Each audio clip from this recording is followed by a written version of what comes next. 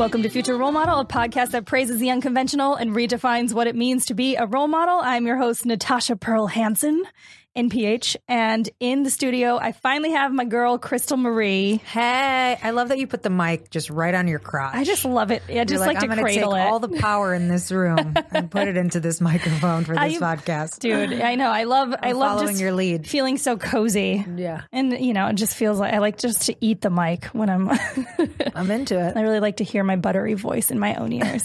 So what's been up, girl? I'm just working away, coming here, spending time with you. I'm excited. I love your podcast. Thank you. So I was excited when you asked me to come be a part of it. Yeah. Yeah, and you just spent some time in New York. I did. I was in New York doing spots, testing for stuff. I love New York. Do you prefer New York to LA or LA to New York? It's hard to say because I enjoy balancing. I like to be in New York as often as I can, but in the warm months. Because last year I played January and February. And then I was invited back in March and I was like, you know what? I think I'm going to take a break until spring. And then I was there 5 more times during like the warm months. So I'm back in New York next month. And so I want to try and make New York like a place that I regularly am, but only when it's not fucking cold. Right. Yeah. But the comedy scene there is so fun and vibrant. It is. You know, I just like the fact that you can bounce around to so many different places in a night and actually get stage time at all of them. Right. And it's like women running the scene. It's incredible. Yes. Most of the bookers are women. And they're women who don't even do comedy. They're just comedy bookers that have a love for comedy. So it's like a beautiful thing to see. But yeah, and you get up so much more. The comedy there is so smart. The men are so beautiful. There's just so much about the food is great. The hustle. It's funny too. It's like I felt like the first time I really got out of my head as a stand-up comic was in New York because it took so much work getting to each spot. Yes. That by the time I got there, I couldn't even overthink. I was like, all right, time to go do my set, get the fuck down and go do the next set. Exactly. So it was, I don't know. I feel like that's part of the reason why New York comics make progress so much quicker than anywhere else in the United States. Yeah. It feels like you have to be really efficient with your stage time. Right. And I don't know why it doesn't feel quite the same here. Maybe LA is just more kind of like California. It's a little bit more relaxed. Yeah, and so, so relaxed. You know, it's hurry up and wait. And so you kind of have that mentality when you go into a show. Like I, moseyed over to the Comedy Store, got there like a minute before the show started. You know, you're just like bouncing around the room and drinking a little bit with people. And like, I don't know, it's just not the same. No, not at all. Even like, just like I told you when I came in, because you pack your day like you're a New Yorker. Like you always have like 100 things you're doing in one day. Me, I told you, I said I have 2 things. I do one that's a favor and one that makes me money, and then I go to sleep. That's so great. Yeah, I don't like to pack my day full. I like to like relax. I feel like all my 20s, I was like psychotically crazy like that, where I like had to have full days, and then I just did it to the point where like I was like, fuck, I'm going to lose my mind. So then I was like, I need to learn to relax a little bit. Now I'm picking up the pace a little bit more, but it was nice to be able to like take, to just be able to focus on one thing, like when I started stand up. So that was all I focused on. Yeah. And I kind of go in like seasons. Like right now I have to kind of pack my days full because we're gearing up for the Europe tour. But, like next weekend, I told my friend I'm coming out to Vegas to visit. I'm going to have everything done before I come, and I'm going to spend 3 days there and not do a fucking thing. Yeah. And like, that's how I kind of recharge. Yeah. I recharge by going to a place like Vegas. How fucked up is that? Do what you got to do, Who girl. goes to Las Vegas to chill? Do what you got to do, whatever it takes. But sometimes a break doesn't necessarily mean a break of like relaxation. It's just a break of mental work. Right. Yeah. I just like Vegas because I like hotels. Like Same. Even if it's like a Holiday Inn or like a Best Western, I really enjoy hotels. And the hotels in Vegas, if you go like in an off season, are so cheap for the most beautiful hotels. I'll always get these things in the mail that'll be like $100 for like a suite, just because it's an off season, and we're so close that I don't mind going whenever. Let me know because I love to go, and I like to fly Jet Suite X. Have you done that? No, I haven't yet. Jet Suite X is that like it's like private, but not. It's basically a bunch of strangers on a private plane. Wow. So it's like it's like almost like a tiny Southwest plane, but you just roll up to the, you roll up like you're getting on a bus. You just get out of your car and then like go sit in a lounge. Oh, wow. And then when it's ready to go, like the 12 people on the flight just get on. What does that usually cost? It's round trip to Vegas right now is like $200. Oh, isn't that crazy? I know. And they give you free champagne and you don't have to do any baggage shit or TSA, nothing. Oh my God. So you can totally just bring drugs. Like it's kind of a dream come true. Don't give it away what you're doing, Natasha. Next time she goes, there's going to be a bunch of dogs barking at you, you crazy ass. Rule number 1. I know. Don't tell people when you don't have take the drugs. Natasha on trips with you anymore. The beautiful thing about Vegas is if you want drugs, you don't need to bring them. You can just get them from somebody. That's crazy. Yeah, I don't do any drugs. I just sometimes smoke weed. Yeah. But I'm a drinker. I don't really do drugs either. Even me, when I drink, I can't drink to the point where I get drunk. I like to always be in control. Yeah. I can see that about you. Keep my composure because I'm like, the second it goes, everyone's watching because everyone's like, oh yeah, this bitch is always so stiff. And so the second people start seeing me drink a lot, they're like, oh, something's going to happen. So I see people and I'm like, just waiting. Trust me, I know how to control myself. They're like, she's got to fucking lose it one day. Yeah. And like, I'm at the point now, just age-wise, I've been drinking for 20 years? That's so freaking crazy to think about. But I started drinking at 14. And so, 20 years. So I can handle my shit now. But when I start to not be able to handle my shit, I just fall asleep. Mm-hmm. Like that's about like the extent of my journey as far I go as home. I just go home. I fall asleep, go home. Yeah. Peace I go out. home and I act like a crazy person at home. What's going on with home right now? The home is good. You're in the middle of an unengagement. What are we talking about? We have 100 other things to talk about. Oh, we don't have to talk about it, but I've been talking about my relationship stuff lately too. Have you? I feel like you're probably tired of it. Yeah. I feel like when you wear a ring, that's all people want to hear about. When are you getting married? Who's your significant other? There's just so much put on us as women. And I said, like in the beginning of the year, I said, I'm never going to talk about my relationship anymore because I'm Middle Eastern. So my parents are from Iraq. We're Catholic. So there was so much pressure growing up. To be married by a certain time, have kids. My sister did it. She got married when she was 22, had 2 kids by 25, and now is dealing with a divorce. Yeah. So it's, if you want to go that route, go for it. If that's what makes you happy, do it. I always say you don't really know who the fuck you are as a person until early 30s, mid 30s, maybe later. So how are you going to know who you want in your life partner? It's so true. You know what I mean? And so much is put on women. Like our worth is based to a lot of these fucking idiots is based on whether or not we are married with kids. Right. So I was like, I'm just going to reveal nothing about that moving forward because it's not, A, it's none of anyone's business. B, there's so much more that's interesting about us as women than whether or not we are in a relationship or not, or are engaged, or why'd you guys break up? Does she have kids? Does she want kids? Is she ever going to have kids? She's getting older. It's just so silly to me. It's men don't ever have to deal with that. I know, and it's exhausting to think that we have to, as often as we do. Mm-hmm. But I think you can relate to that because you are engaged, and I feel like every time I'm around you, people are asking you a lot of fucking questions about it. Yeah, they are, and so. Yeah, I just, I'm tired of it, but I will say this. I love men. I'm not saying this because I hate men. I love men. I love the dating scene. Most women hate it. I love dating. I've always loved it too. And I love I'm kind of an advocate, and the more I'm aging and becoming so much more open-minded with time, right? Because you have to be. I think if you get more closed-minded, that's just ridiculous. Right. I am realizing that so many relationships are unconventional, and I'm kind of fascinated by it. Right. Like I have a series coming out, a digital series called Monogamish. Mm-hmm.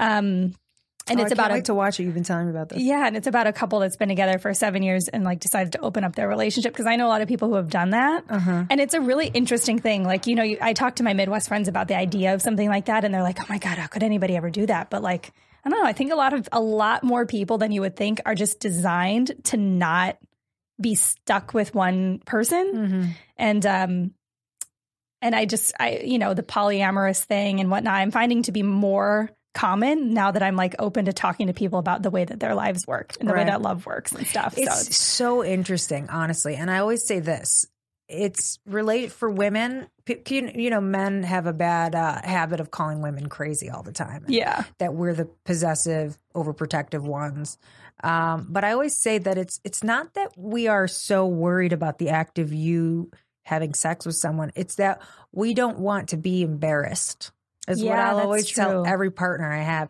I always say cheating is not a deal breaker for me, but you humiliating me is a deal breaker. You making the mistake of fucking someone else and then doing it without a condom, that's a deal breaker. Because then it's like my health, me as a person is not at all thought about in any way, shape, or form. Yeah. For me, having a partner who wants to occasionally have sex with someone else that I'm never going to hear about, or I'm going to get so much backlash for this, but I don't give a fuck. If I don't ever hear about it, if it's not someone I don't know, like if he's a comic and he's on the road and he's occasionally doing it, that's not something that would bother me if it doesn't come back to like embarrass me in any way. And if you can only do it with someone you trust. Yes. Because he's going to wear protection. He's not going to be an idiot about it. I also don't want like another woman hurt in the process where she thinks this is going to be my boyfriend or whatever the case may be. Or this is someone that wants to date me. No, if you guys want to have sex with each other, that's all that it is. I'm okay with that. But I don't ever want to be embarrassed. I don't ever want it to be someone that I know or something consistent. But people think I'm weird because of that. Because I have no desire. Once I'm with someone, I want to keep my pussy just for him. So if I'm with you, I don't have the desire to like occasionally fuck others. But you doing it doesn't bother me. And that bothers so many of my girlfriends. I know. That's how I am. And they're like, oh, people say it could mean that like you don't have self-respect for yourself. And I'm like, no, trust me, I've never had a guy be like, I can't just fuck you. No, I'm great in bed. Like I treat him like whoever I'm with, like a king. It's just not something that bothers me. Now, if he becomes like a weirdo and I'm like, go ahead and fuck. And all of a sudden he's like, every time he's out of town, he's got to fuck like 6 girls or 10. He turns into a goddamn maniac. Just different. Then I'm like, okay, there's a problem here. You're becoming a sex addict courtesy of me. But I mean, in a nutshell, that kind of stuff I think just doesn't bother me. But there are things that do bother me that people think I'm psychotic for. But what? Like if you're my man and you're not going to like any random bitch's photos on Instagram, it's just not going to happen. It's just never going to happen. You have so much freedom.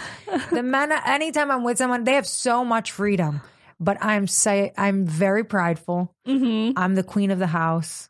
And that's the way I better fucking feel. Or else go find someone else. That's hilarious. Yeah. You gotta have your rules. You gotta know your boundaries. Yeah, people think I'm crazy for that, but I don't really give a fuck. I know at this age, when you hit your 30s, you just know what you want, what you don't want.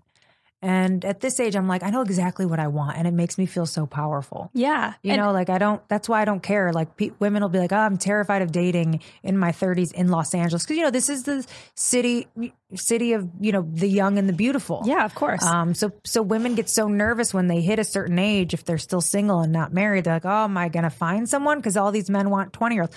I don't want a guy that wants a 22-year-old anyway. Yeah. So it's okay that you don't want me. I don't want you either. Exactly. Not that there's anything wrong with being a 22-year-old, but I was a 22-year-old once and I was the dumbest bitch on the planet. I know. So if you're in your 40s and you're dating someone in their 20s, you don't want a girlfriend. You want a fucking playmate. Yeah. You want to play, someone to play with, a little toy. Yep. And I'm just, no. Even when I meet, like, because, there's plenty of attractive young 20s guys floating around in the comedy scene or as actors. And I meet a bunch of them and people will be like, oh, that guy's so hot. And I'm like, yeah, but you know what? I don't even see that because it feels like a 12-year-old to me. Yeah, no, I would never be I'm not attracted to men that are younger than me. I was always more attracted to older men too. Yeah, I always even at this point, I'm like, if they're not over 40, I can't even look at, I'm not at all. Love that. I like over 40, no kids, no baggage of any sort. Right. No really obvious baggage, at least. Yeah. Everybody's got a little bit of something, but yeah. Where did you grow up? Detroit, Michigan. Oh yeah, you are Midwest. Mm-hmm. But your parents are first generation immigrants. I'm first generation. You're first generation. Yeah, my parents are from Iraq. They came from, okay. Mm-hmm. Baghdad.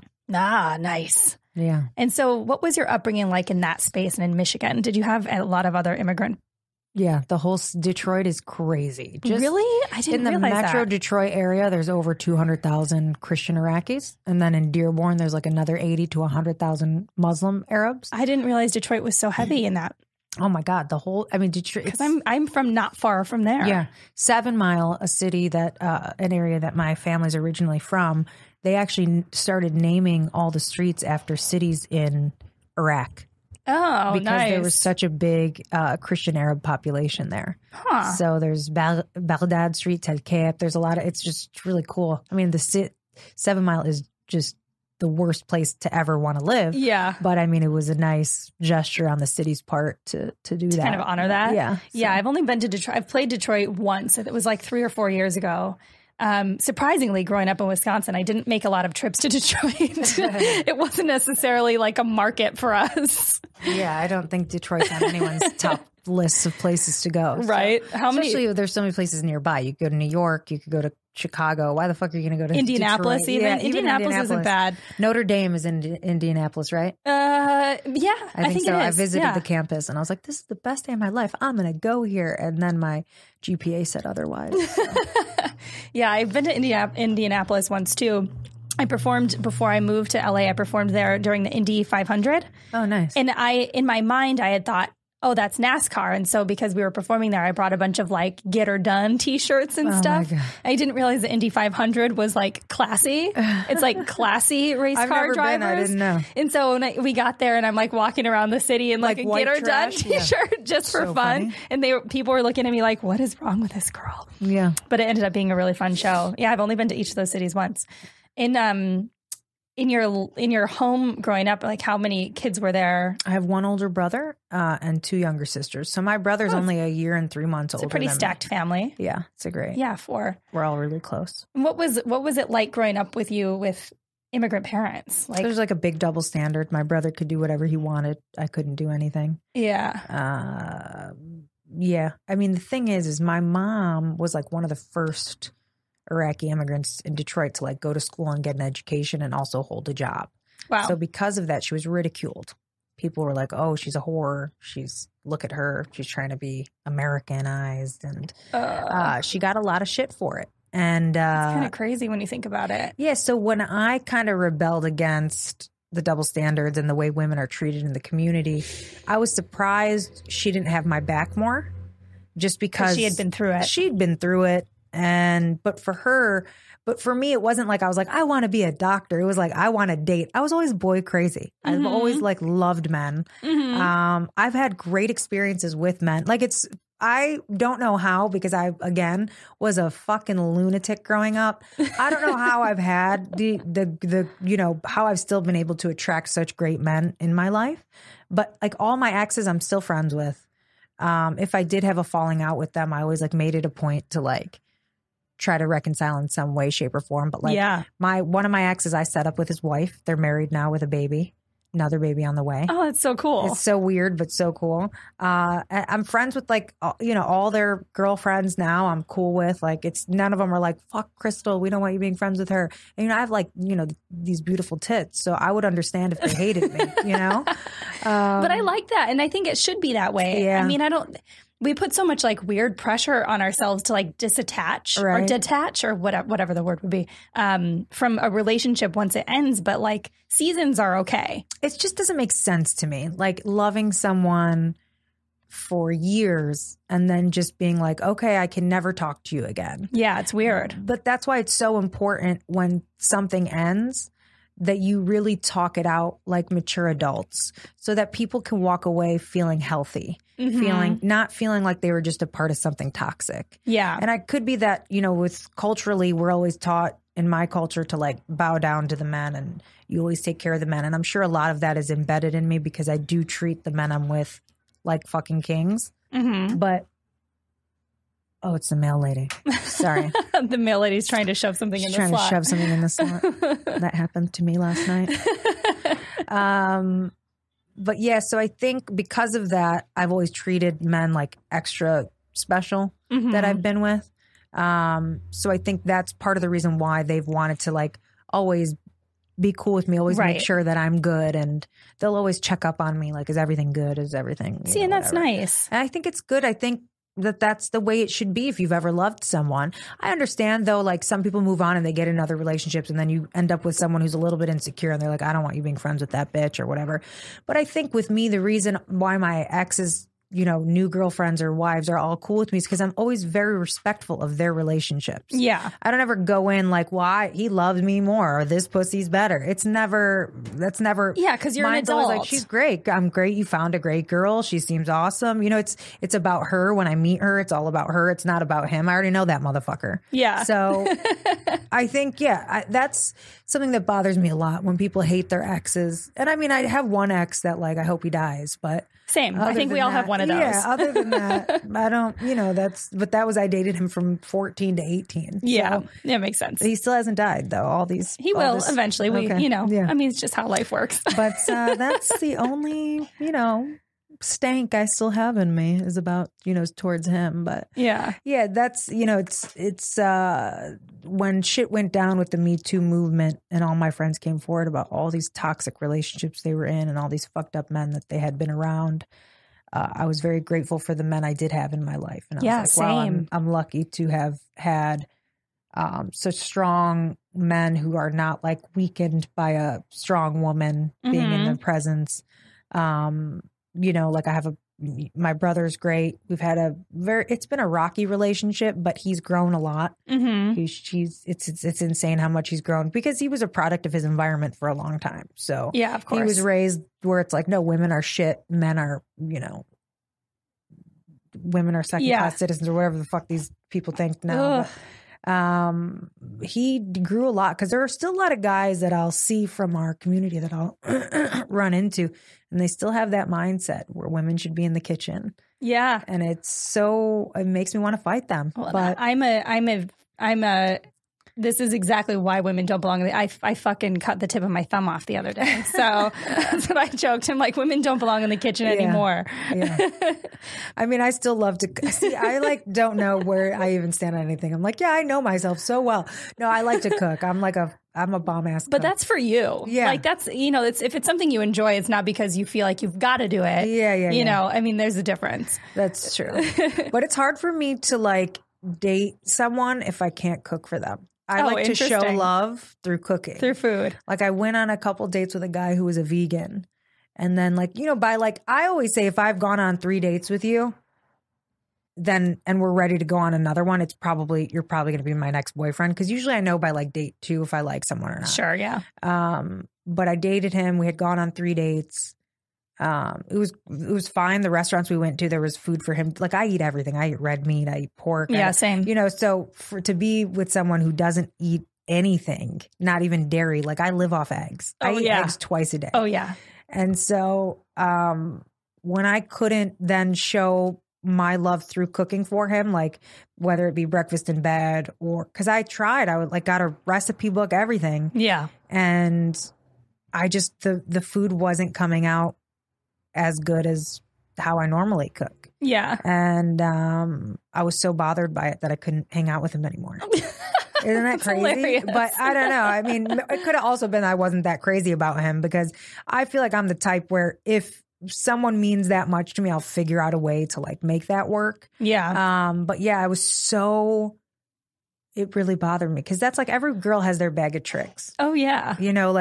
Mine is I'm always cooking. I'm very nurturing. Yeah. Also, I'm always dressed up. I'm always no, you'll never see me out in public looking like trash. Yeah. So those are good qualities to have. Yeah. I mean, that was something my mom kind of told me at a young age. She's like, you never know who you're going to meet. Always look like you belong wherever you're going. Yeah. That's smart though. Yeah. I think also it's not even for them, but for us, for our self-confidence, I just feel better when I'm put together. When you look on point. Yeah. Sometimes I will, if I'm running late, I'll have to go looking like dick and it fucks my whole confidence up. I'm just kind of oh, I'm so You don't disheveled. ever look like dick. I'm sorry, but it's just not even. But yeah, you start feeling crazy. But so what is in your bag of tricks? Oh my gosh. My bag of tricks.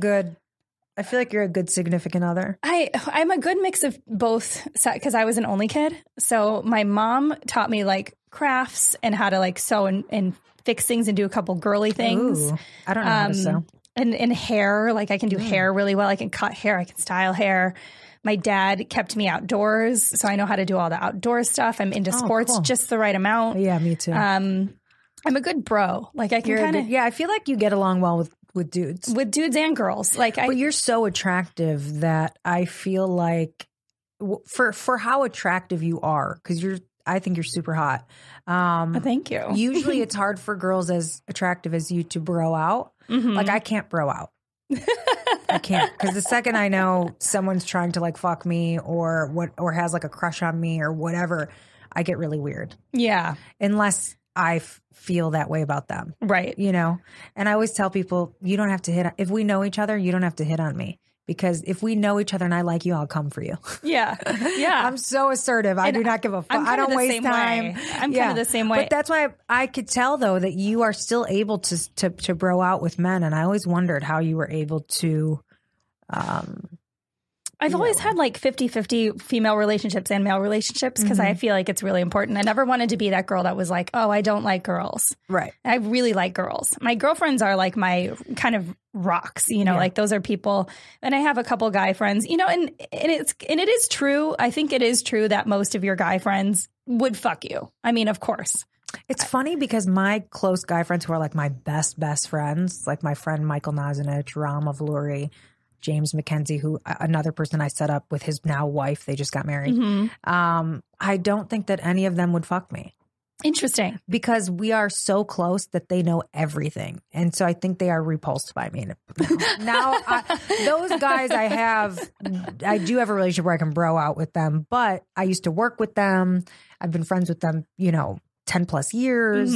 So I actually had a friend who I thought was a friend who once he thought I became single or like whatever, came at me so hard, like so aggressively that I was like, yeah, we can't be friends anymore. Yeah. It's just never going to work out. Well, and there's a couple that have come out of the woodwork recently, and more so it's because, my material has been about, a lot of stuff has been about like, relationships and the hardship of them. And kind of when you put that energy out there, I think people think that you're like, you're like partially available. New dick. She needs some new dick. Right. And so that energy kind of comes out of other people especially as well. In comedy. Ugh. Oh, yeah. Yeah. They want to fuck the girl that hasn't fucked anyone so bad. Yeah, exactly. They're like, oh, I want to be the first to fuck. I want to be the first to fuck her. Yeah. First of all, don't ever date a comic. Yeah. It's the field that we're in. We already have to work 20 times harder to gain respect in this field.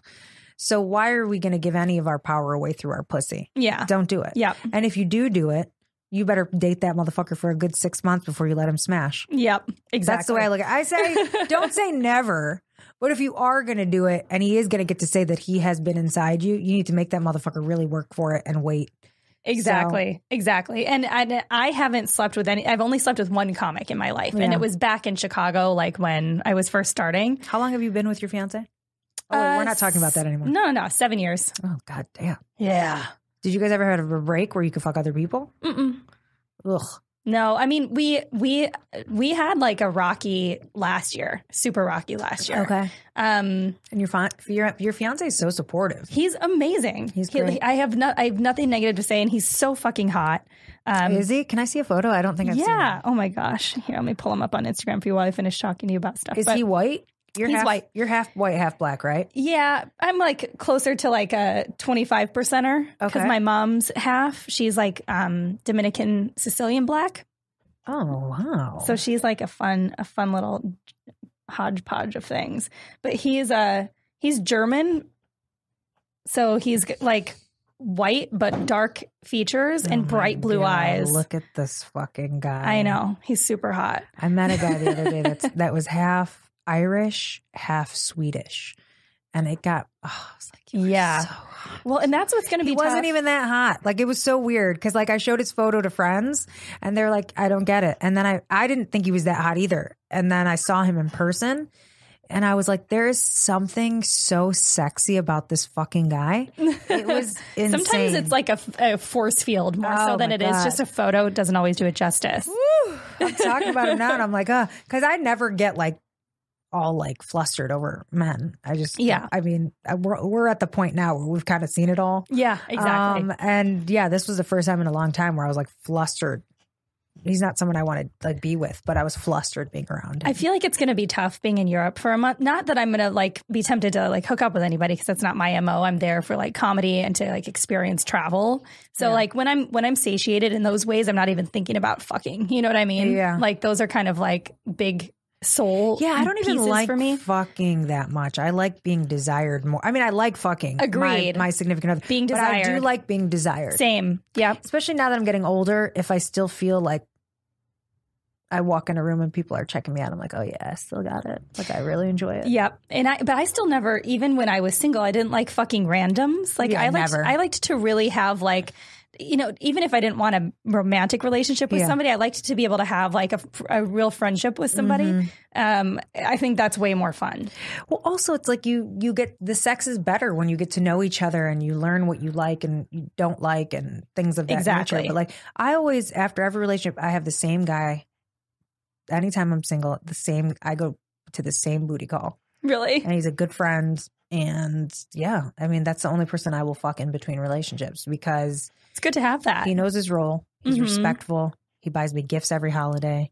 It's the sweetest thing. Yeah. And it's great. Yeah. He's so sweet. And that's the only, like, I'm not against it. I've tried, you know, obviously I've tried casual sex in the past, but it's just not, again, and maybe I need therapy. I'm a very prideful person. So I don't want someone just being able to be like, yeah, I fucked her once and never called her again. Oh, exactly. Because I'm going to have to stab you. Yeah, exactly. Or then I'm praying for you to die like my first ex. It goes back to that embarrassment thing because then doesn't feel like you have the control. Right. Which getting to know you and these little pockets that we have, I'm like, I like that about you. Well, also it's just with men, unfortunately, they still have that power over us with that. That shouldn't be the case. I love this feminist movement where it's like, fuck whoever you want and you shouldn't have to feel guilty about it. But men aren't there yet. Yeah. So don't give them your pussy yet. Yeah. Until they are there. Unless he is a true feminist that's not going to sit and be like, oh, I fucked her on the first date, she's a hoe, or blah, blah, blah, blah, blah, where they can try to use that and take away your power. And we can sit until we're blue in the face and be like, well, we shouldn't care what they say. But no one doesn't care what people say. I don't care. I mean, I care a little bit more because, again, I'm an Arab woman and that's just how we're conditioned is gossip and your reputation and all that shit. But like, yeah, I don't think that men should be able to have casual sex with us yet until they become better at it, treating us. Yeah. But again, I'm lucky. I'm lucky I've found good men and I'm happy that's who's, you know, been in my life. But growing up, what were kind of some of the harsher rules for you and like how did you end up rebelling against them? I wasn't ever allowed to date, period. Really? My mom never talked about my period with me. Even that to them was too close to talking about sex. So you had to learn all that just on your own? Learned on my own. I wore a pad for a full year. I didn't even know you only get it once a month. People thought I had a saggy ass. You were like, this thing is just going to show up whenever. I got to be ready. And then my first time getting my period, I was in middle school. I was in the 7th grade. And they took me to the ER because they thought something was wrong because I was all pale in the face. You know, my cramps were making me feel like I wanted to pass out. I always have had really bad periods. And so they took me to the ER and then the doctor, you know, there was like, she just got her period. Like, have you not talked to her about her period? It was just the most awkward thing for my family. And then when I moved to LA, I didn't lose my virginity until I moved to LA because I was so terrified my brother would find out and whoop my ass. So when I moved to LA, my boyfriend at the time also moved to LA. And this is the guy you dated from 14 to 18? No, this is after that, the next boyfriend. And then I lost my virginity to him. And then I started to learn how to use a tampon because you were scared before. Middle Eastern parents tell you that if you wear a tampon, that you lose your virginity. Yes. So I was terrified that I was going to lose my virginity to a tampon. So, I just waited. And my friend Bruna, who's from Spain, where they're very like, the women there are just incredibly like sexy and amazing. And she just like right away, she's like, bitch, she locked me in the bathroom. She's like, you're not coming out until you put the tampon in. And mind you, when you've only ever had sex with one guy, your coochie is so tight. So tampons are not like an easy thing. It's not. No. You know, now it's easy. Like you just do whatever. But like your first time, it's painful. It's like. You don't know how it works either. I didn't even like sex till I turned 30 because I didn't know how to have it. You know what I mean? So like now I love it and I know what I like. And I'm like, I didn't realize I was going to be such a freak, but now I'm a little bit of a freaky ass bitch. So it's like in my 20s, I was like so uptight about sex, you know, like very like, I'm a good girl. Now I'm going to be a fucking whore with my significant other, of course. Yeah, of course. Yeah, but I say more power to the women who are out there doing whatever that they do want to do sexually and aren't afraid of being judged for it. I wish that I was that brave. Yeah, but a lot of that has to have come from the fact that you were raised that way. Yes. Just really And it's sad because I'm this old and I've lived here for 13 years. You'd think that I'd get over it by now, but I haven't. But I have shown a lot of growth. I've grown so much, like significantly. Like I used to be very consumed by gossip and judgment and all that jazz. I was a part of it also where I'd gossip a lot too. And I didn't look at women as allies. I looked at them as just competition. Yeah. And that's a dangerous headspace for anybody. It is. And that's why now I'm so protective over the women who are in my life. Yeah. And I'm very like, I take my time getting to know friends, men and women. Because I am such a good friend, I put so much time and effort and love into my friendships that I'm like, I need to be careful who I let in, just because it's a lot of me that I give. Yeah. You know, there was, even when I started comedy, there were some girls that were offended that I didn't want to get close so quickly. And it's just not my style. It feels inauthentic. Yeah. You know, I like to take my time. We're not going to be on each other's, you know, Insta story every other day, flossing our lunch. I'm the same way. It's just the weirdest thing to me. But I think, and you know, some of the women were bothered by that, but I always look at it like this. If I'm giving 100% to a friendship and a relationship, and then you come in and make me feel like I'm just like a shiny new toy for you to like put on your Insta story, whether it's because you want people to think you have all these new friendships or whatever it is, that shit is weird to me and it's going to turn me off. Yeah. So it's going to make me take my time. And then if that then bothers you to the point where it's like, then it's, oh, Crystal's is so cold. She's a cold person. She has a wall up. That's what they'll all say about me. Well, and I'm really? like, I don't hear that about. Well, you're friends with people who I'm actually friends with, but right. I would then hear from people like, yeah, you have a wall up, or people really think that you're cold and you're too stoic. One person told me you're too stoic. But it's like your persona is cool. I like. Well, it's just like, God damn. First of all, we are old as shit. Like how do you have so much time for all these new fucking friendships? Calm the fuck. All my friends have been in my life for over 10 years. I have friends. I don't need like 100 new friends. Let's let it happen organically. Yeah. And I'm the same way. It's like, and we're all busy. I know. You know, and I get that. Even some of my closest friends, you know, I don't see for like a month because we're busy trying to just make shit happen. Yeah, and you heard me earlier. I love men. So maybe I want to go to dinner with like a sexy man. Yeah. You know what I mean? And that's like, allowed. leave me the fuck alone. You know? Well, and this is a big thing too. And this is, when I'm getting to know somebody and just trying to assess, like I really do like to try to see who in the scene I really enjoy naturally.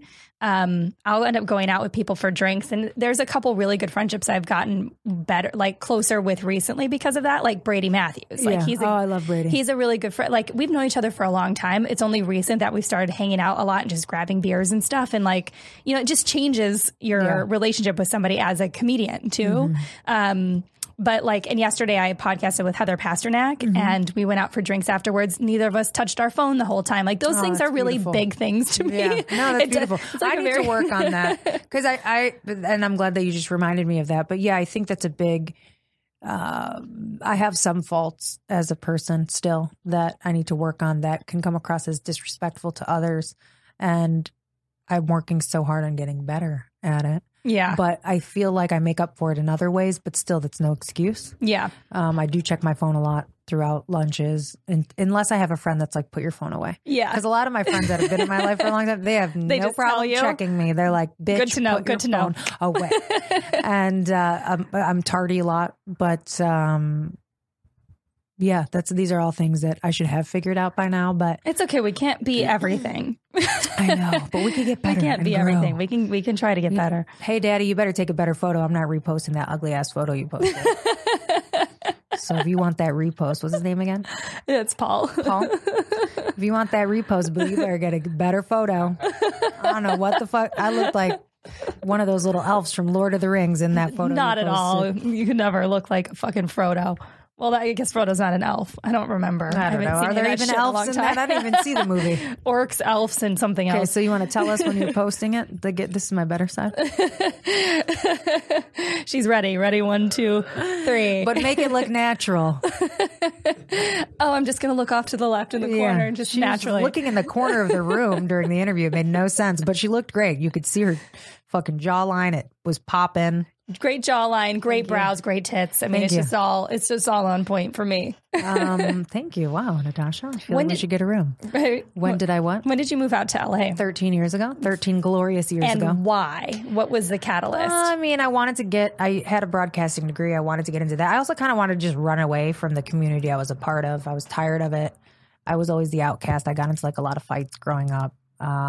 Just because I rebelled as much as I did. And like, were you catty or what was this? I just like, if I would hear people say something, I'm very confrontational. Mm-hmm. So I try not to be anymore because it's just not worth it. And you don't want to react to like trash human beings. But that piece of you is what makes your crowd work so good. I know.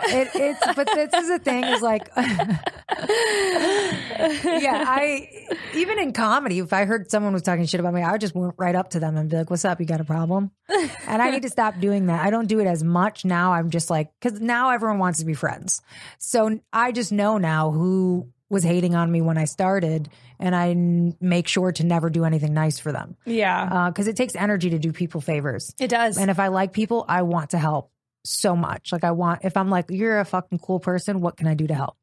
I think instead of that, instead of just offering what you can do to help, you just have to wait for somebody to like, hopefully figure out the right time to act. Like I don't ask any favors of friends. Yeah. And then that way, when I do finally ask of something, then they know it's poignant. It's not like I'm just asking for favors all the time. Now I've waited, and now I wait for people to ask. Yeah. Because again, it's exhausting. You don't want to overstretch yourself. You can't. That was a thing. And you're taking away from, I haven't made it to what I want to be yet. So I need to put that energy towards myself, but I've always put everyone else first.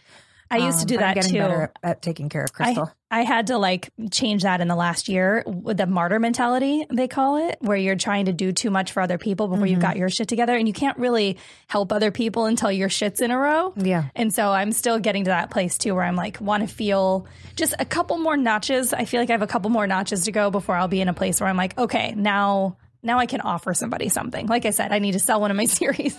You will. I have faith in you. And then I'll get a nice fucking fat writers team of boss ass bitches and dudes nice. And fat ass team of fat ass diverse team. Right. That's what we all fucking need. So you came out to look for journalist jobs? No, I mean, I just came out to like pursue entertainment, and I knew I wanted to be out here, and so I just also knew I did not want to be in Detroit. And I was like, what's the furthest state from Michigan? Or just the nicest. Like, who doesn't want to come live in California? So I moved here. I only had $600. My rent was $400. I got a job working in retail right away. I was just renting a room in Bellflower. And then I just... Good thing is I can hustle my fucking ass off. So I always knew how to make money without having to sell my pussy. So it worked out, you know, I cocktail waitressed, I worked in PR, I threw events, I did everything under the sun. Yeah. I did extra work to get my SAG vouchers. Extra work, if your SAG is actually pretty, like you make decent money. I always tell people when they first move out here, they should do extra work because you learn a lot just watching the actors. And seeing how hitting their marks on set is. So, I really like it. I know a lot of people that did extra work when they first started. Tons of celebrities have. And I think people have to be open to when you move out to Los Angeles, having that kind of grind where you're willing to work like 10 jobs. Because I did it too. And I always bartended, and like, it's just a great skill to have. You can do that anywhere. It's great too, because like, I feel like you're a very social person. So you get to kind of be chatty. Yeah, like, exactly. That's also why you like working in that stuff. Yeah, exactly. We've gone over an hour. Have we already gone an hour? It's 2:10. Have we gone quite an hour? What are we at? 40 minutes? 40? Okay. Oh, okay. We got some time left. Oh, I didn't know. Okay. Got some more digging to do. Because I want to know what it was like for you when you first moved out to LA. Like, what was the challenge of getting into, because you ended up in broadcast. And so how did you end up parlaying into that line of work? Because you were really successful in that field. I always say that my upbringing really worked against me because I moved here very angry and insecure and obsessed with like physical appearance. And so I tried to be an actor, but like I would go in like dolled up to the nines, and they don't want that shit when you walk in the room. They want like a fresh girl canvas. Next door. But I was so insecure that I was like, the only time I felt attractive or ready to go was when I was like done the fuck up. So I'd walk into these rooms, and then my agents at the time would always, and they were like trash agents. They were like the worst agents anyways, but they'd be like, you need to tone it down. And I'd be like, I don't know how. It's just not in me. Yeah. And so now when I go to auditions, I'm very like fresh faced, and my confidence is just on another level now. Yeah. And I love that when people watch my stand up, they always say, even when my jokes were trash, they're like, she has so much confidence. And that makes me feel good. You're like very poised. Right. Because now it's real. It's an authentic confidence. But when I was in my 20s, people thought I was confident then too, but it was very fake. It was very like, I was so insecure. I just had no idea what to do, where to go, how to be. Yeah. I had to kind of find myself all over again. And that's why I'm glad I moved to LA, because I moved here not knowing anyone. It was a fresh slate for me to kind of figure out who I was, work through my anger issues, work through my insecurities. And so I wasted a lot of time. Like my early 20s, I wasted so much time. I had to kind of figure out how to make money and how to live here. And so that's what I did until like 25. And then I met like a core group of girlfriends by 25. And then I kind of pursued acting for a few years, and I was like, I think I could become successful quicker as a TV host. And so then I started pursuing hosting jobs, and then something fell into my lap. I went and auditioned for something. What was that thing? It was a show called Stereotude. It was like a music show, but they only needed like a fill-in host. So I pitched them an idea. This was online. This was when like YouTube was just taking off. Yeah. And I pitched them an idea to do a sports show. Mind you, I knew nothing about sports. Oh, but I funny. wanted a consistent job as a host where I got to go in, get dressed up, and talk to people, to the camera. Yeah. And so they were like, we'll try it. And we tried it, and now it's their number one show. It's what keeps the lights on at that company. That's so all their other shows are just not making shit. And this one is just killing it. So that was nice. Oh my God, killing it. And they're also on AOL On. Oh my gosh. AOL does the videos. Yahoo Sports does the videos. Do you still get residuals from that? No, because it's the fucking internet. But it feels good knowing that I started that from the ground up and was able to create what I was able to create. And I love my bosses for that, because they gave me my first job. Yeah. Nora and Ani. Shout out to Nora and Ani. That's so cool. But yeah, it was great. It was great. Are you taking more photos? Hold on. Can I just pose? God, I just did a whole piece about how I'm so insecure. You don't need to, like, you always look so on point in photos. I'm such a boy in photos. Like, Shut up. Shut up. I keep calling myself a boy on Instagram because I'm like, I just stress. I'm like in love with these saggy crotch. Oh, like, they're so cute on you. But yeah, so then I just transitioned into that. And then now I love hosting. I just want to be able to create what I want to create. And I feel like stand-up has helped me to learn more about myself. I've done, in the 2.5 years I've been doing stand-up, I've had more growth than ever in my entire life. Well, and you're a very natural, because it's really interesting for people when they get into stand-up. Either, I feel like it goes a couple different ways. Either people start really, really young, and if they happen to be even decent, they get a lot of fire. Right. Or people end up starting stand-up later in a career that they're already successful in because they have that presence already. It just benefits you so much, because on stage it's very just clear who you are in such a short amount of time. Yeah. And there's not a lot of women with a delivery like yours. Right. I can't even think of anybody. Very unique.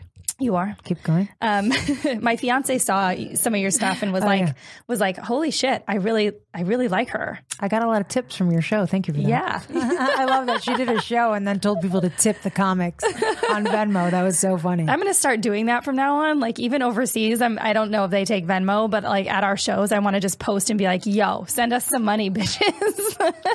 People should be doing that more. It should be back to a space where art is appreciated so much that like people do want to give you more money after seeing you perform. Straight up. Just want people to give me money full time. That's a real compliment.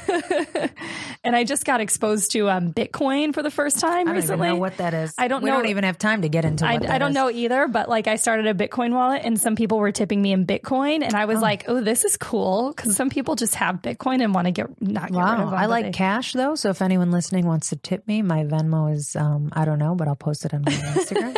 Just look up Crystal Denha, Denha. Yep. No, that's funny, but yeah, tips are great. I would feel wrong being like, tip me, but I don't know. Maybe I need to get over that. No, I think so. I think it's a new era. I got bills to pay. Being tipped is the new thing. So in the world of broadcast, did you find that it was like also a male dominated thing?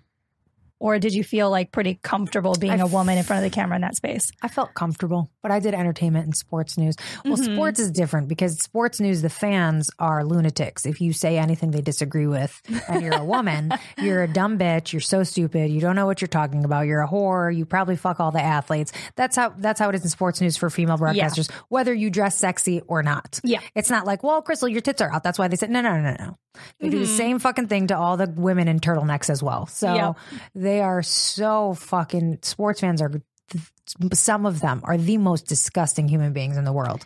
It's because it's all they have. Yeah. I feel like when something is, when you're working a job you don't like, you maybe have a family that you're not even that into, I don't know, and all you've got is your fucking sports. Like that's why people those are the ones that got married in their 20s. Exactly. Kids in their 20s. They have too many kids and they don't even want them all. Settled a little too soon, buddy.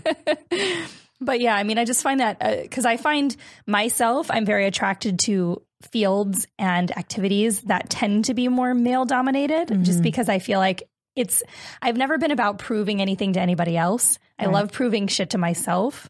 So comedy is that way. I do Muay Thai, which is obviously a very male dominated sport. And I do it just for fun. But to me, that's a big reason why I think I'm attracted to those types of things. Because on the inside, it's like, it's not like I want to be a dude, but like I want to prove that I could be if I wanted to. Be the hottest dude I've ever seen. So what are some of your favorite projects that you've worked on in Los Angeles? I did a show called Extra. I loved that. That was fun because Lisa Grigorich, she's the senior executive producer. She's just such a boss bitch. She's Greek. She's from Jersey. When I met her, I was like, oh, I fuck with this lady. Yeah. I wish I would have met her now and she could see versus her meeting me for the first time then and seeing, because I feel like I'm very similar to her in a lot of ways. But when I met her for the first time, I was very nervous. Oh, yeah. So I couldn't really be me. It was like the first primetime television job I was like able to like ever go be a part of. So I was super nervous. I felt out of my league. Now I feel like I'm fucking fearless because I've done stand up. So I wish now could have been when I got to know her because she's someone that I really look up to. Just hit her up. Go get some fucking drinks with that girl. Yeah, I'm gonna hit her up. That's a good idea. I'm gonna do that. You should. No, she still liked me a lot, and it was great. She put me on the show. She won't put someone on the show if she doesn't love them. Right. But she called me a breath of fresh air. She said, because everyone's trying to be so politically correct and prim and proper. That's a really good compliment to get from somebody. I came in and was like, ghetto as shit. And she was like, you're ghetto, but so smart. But so well spoken. I don't get it. But yeah, she was a little confused. But also I think I had a lot of similarities to her. We had similar upbringings and I loved her because I saw her and I was like, oh, this is like a boss bitch. And I love being surrounded by people that are similar to what I'm aspiring to be. And she's around a lot of male egos and she knows how to balance them and does not allow anyone to tip her in any way, shape, or form. She decides what it's going to be and she goes with it. So I love that. After I met her, I was like, oh, this is someone, because I didn't meet a lot of people where I was like, oh, that's someone I can see myself wanting to be like. Usually I'm just like, I have my own,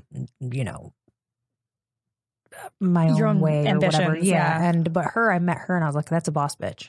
I want people to feel that way when they walk in a room and meet me. Yeah. And I feel like that's the case. I don't know. Yeah, but she's a lot more successful than I am. Well, so success is, we're working our way up. But yeah, that was one of my favorite jobs. HBO boxing, I love because they pay so much. It was through Top Rank Boxing. And then I also got hired through HBO to do crowd warm-up once. That was how I decided to do stand-up. I was going to ask you how you got into stand-up. Yeah. So I was like, damn, I'm so good at this. So did you just do, how long were you doing? I was there to do red carpet interviews, but then they also needed me to do crowd warm-up. Uh-huh. And so I was like, fuck it, I'll do it. And I was like in this pretty ass dress. And it was in Miami for the Ballers season 2 premiere. Ooh. And it was so hot and humid. Oh my God. I bet that was so fun though. My makeup was like dripping off my face and I had to run up and down the red carpet with all these fans. With the lights and everything. And usually they give you candy and props and they didn't give me shit but DVDs. I was like, no one has DVD players anymore. And it's true. That was it. But I was so good at it. And the DJ Wonder was the DJ that day for the event. Mm-hmm. He came up to me after. He's like, you didn't even repeat one piece of crowd work. He's like, you killed that, blah, blah, blah. And then the execs came and they're like, how long have you been doing stand-up? And I was like, oh, I don't do stand-up. So I got a lot of compliments that day from very important people. That's so cool. So then I was like, you know what? This is something I should pursue. And Lisa from Extra also said, you need to be doing stand-up.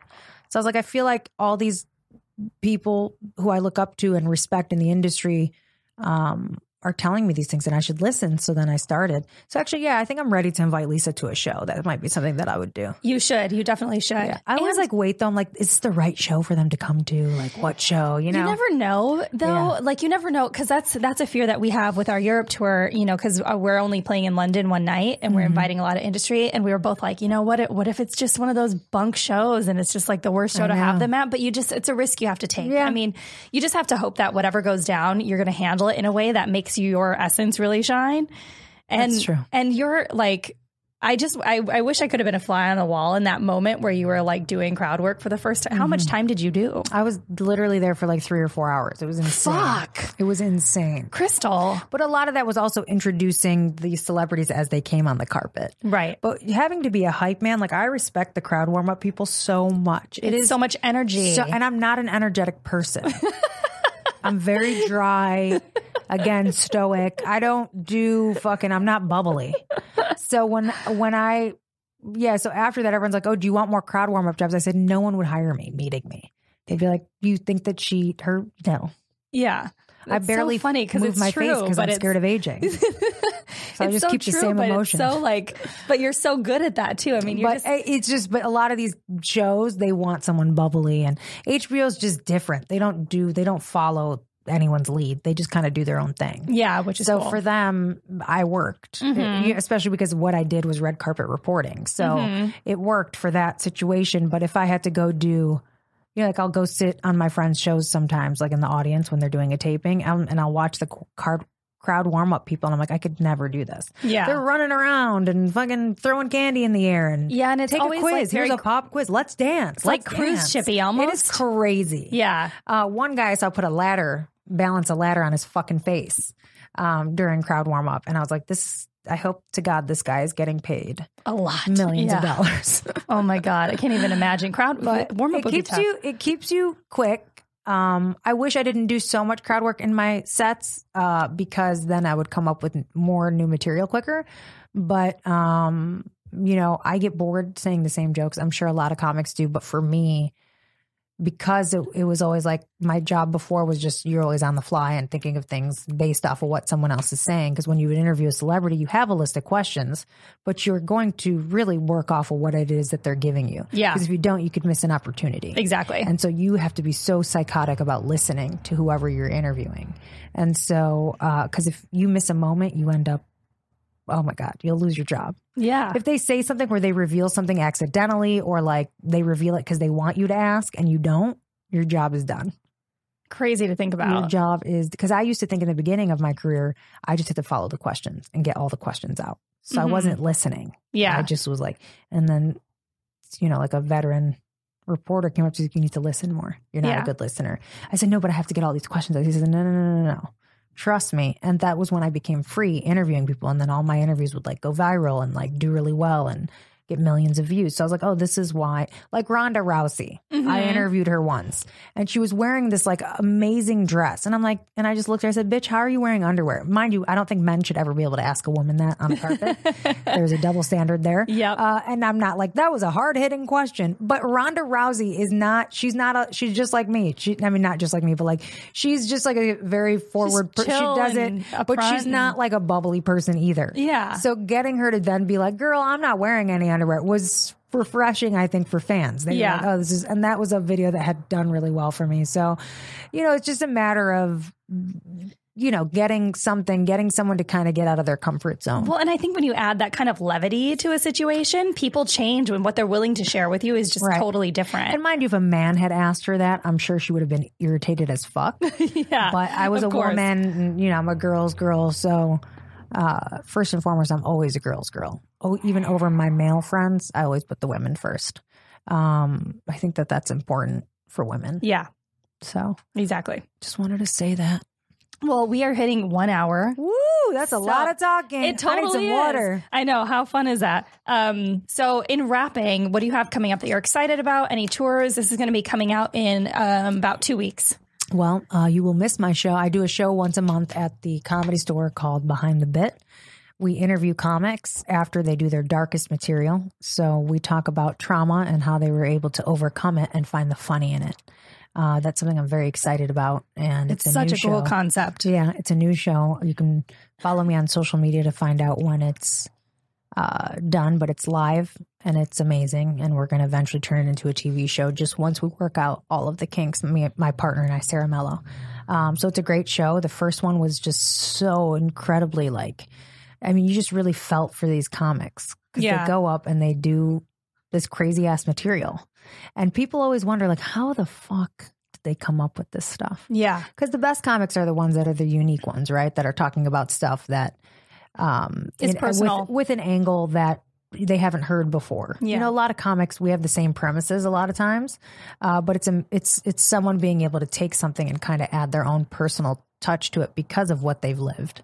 Mm-hmm. And so that's what a lot of these comics brought to it. So it was nice. Like Jamie Kennedy came on and he really brought it because he just did not give a fuck. He just went off about everything that bothered him, how he's been able to kind of work through that, to get through anger issues, to kind of be able to be like, fine, I'm not upset about this anymore. And comedy's kind of been his saving grace in that. So. That's so cool. Mm-hmm. No, and I love things that bring out that's even why I love doing this podcast. I love being able to get to know somebody on a deeper level than just surface shit or talking about current events. I could give two shits what the Kardashians are up to. I want to know why my friends are the way they are. What are those hoes up to? All right. Where can people find you on social media? I am Crystal Marie on both Twitter and Instagram. And you can find me at NPH Comedy on Twitter and Instagram. You can follow the podcast at Future Role Model on Instagram or at Role Model Pod on Twitter. And you can follow the Comedy Pop-Up Network at Comedy Pop-Up or at CPU Podcasts. Any closing remark? Yes, I have a closing remark, and it is, no, I don't have one. I'm sorry. I wanted to really think of something profound, but it's not happening. So God bless you all. Perfect. Bye.